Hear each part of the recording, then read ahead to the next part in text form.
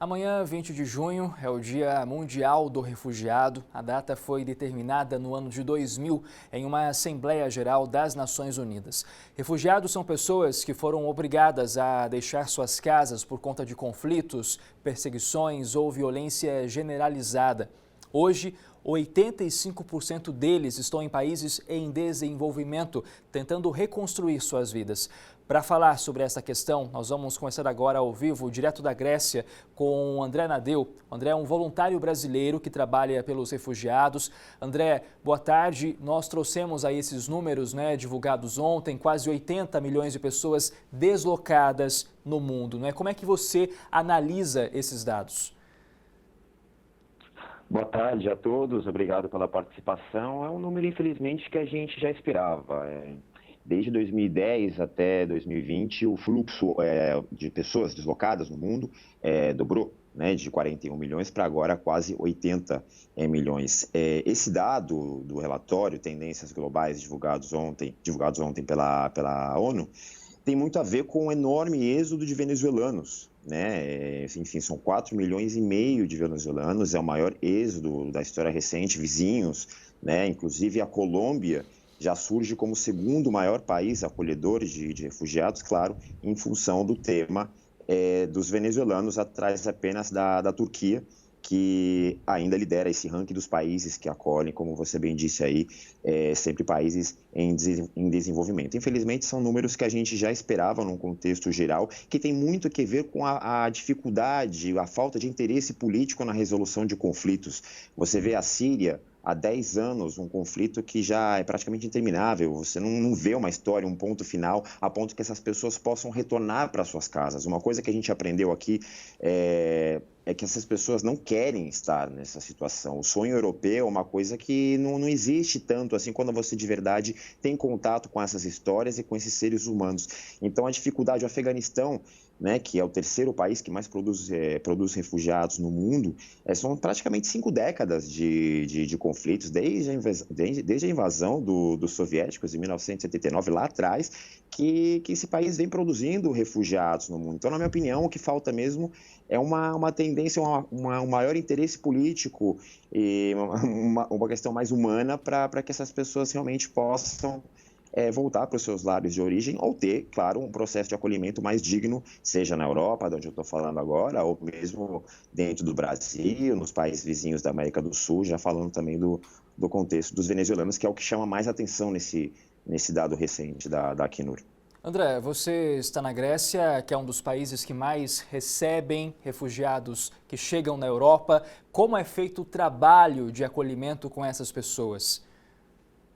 É bem precário. Atualmente agora, a Grécia é a grande porta de entrada dos refugiados na Europa, que todos chegam via Turquia. É bom lembrar que as ilhas gregas hoje tem nada mais, nada menos que 40 mil pessoas, que é o que a gente costuma falar aqui, que é um processo de limbo. Uma entrevista de asilo aqui na Grécia, ela pode tardar 2 anos.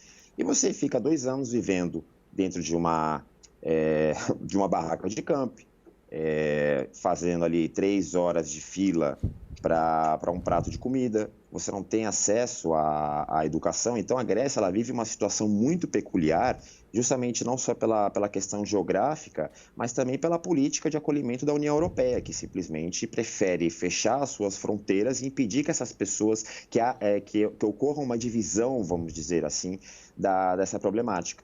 De todos esses conflitos que a gente vai falando. A Itália também sofreu muito, a gente trabalhou dentro do Planeta de Todos ali na Itália também, e é uma outra questão bastante grave, porque você acaba que os governos extremistas de extrema-direita ascendem diante da insatisfação da população, diante da falta de um acolhimento digno, e você vê realmente a Itália fechando os portos e é uma grande bomba-relógio, na verdade, o que a gente vive por aqui, que você não vê uma luz no horizonte e não à toa os números vão sempre aumentando a cada ano, todo ano atrás de ano são recordes de pessoas deslocadas. Então, realmente, o que precisa é uma política mais humana e mais interesse político também na resolução dos conflitos.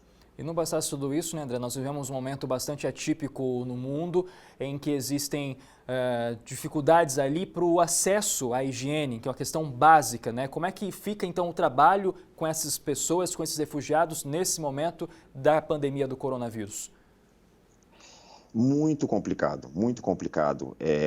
A Grécia já há um mês que abriu, né? As pessoas já estão autorizadas a ir a restaurantes, enfim, a uma vida normal, entre aspas, mas os refugiados do campo de Moria, que eu sempre gosto de usar esse exemplo, né, que são 20 mil pessoas, é o maior campo de refugiados da Europa e eles estão em quarentena há 14 semanas, 3 meses, né, praticamente, até mais.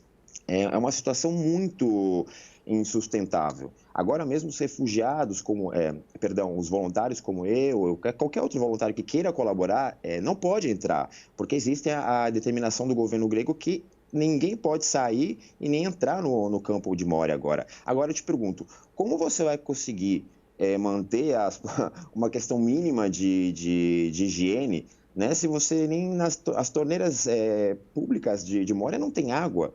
Você vai fazer a fila da comida, aquela multidão de pessoas, uma atrás da outra, tossindo, espirrando. Realmente bastante triste, é uma situação bastante triste, porque você, num momento como esse, você sabe que você não consegue ajudar, porque você nem consegue entrar mais nesses campos em quarentena, e ao mesmo tempo ocorre o que a gente chama de militarização, ou seja, fica tudo na mão dos governos locais, e você não tem nenhum tipo de organização, salvo as grandes organizações, como a própria Acnur, Médicos Sem Fronteiras, que conseguem ainda ter acesso a esses campos, mas é praticamente impossível você ter qualquer tipo de trabalho humano numa condição tão desumana.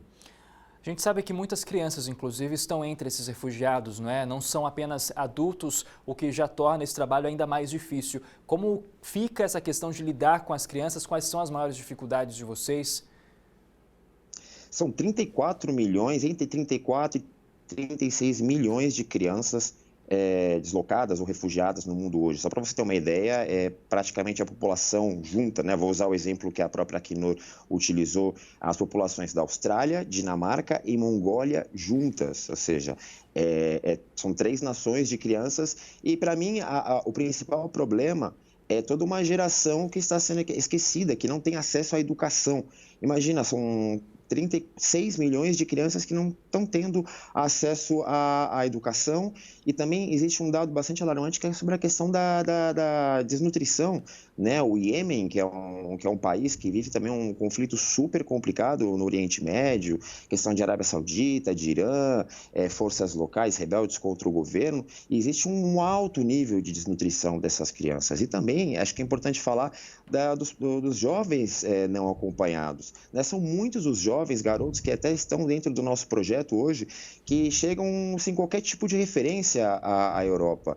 E são jovens que estão totalmente esquecidos pelo sistema e que acabam sendo, infelizmente, aliciados pelas mais diversas máfias. Então, realmente, eu gosto sempre acho que é uma pergunta muito pertinente a sua, porque é toda uma geração que está sendo esquecida, que está desprovida de educação, de condições básicas de alimentação, e para mim é o principal o dado mais alarmante de tudo que está sendo falado até agora. André, quero agradecer demais a sua participação aqui, parabenizar pelo seu trabalho, de tantas outras pessoas que se dedicam a ajudar refugiados, pessoas que tiveram que deixar seus países de origem em busca de um mínimo de segurança e um pouco de paz. Muito obrigado.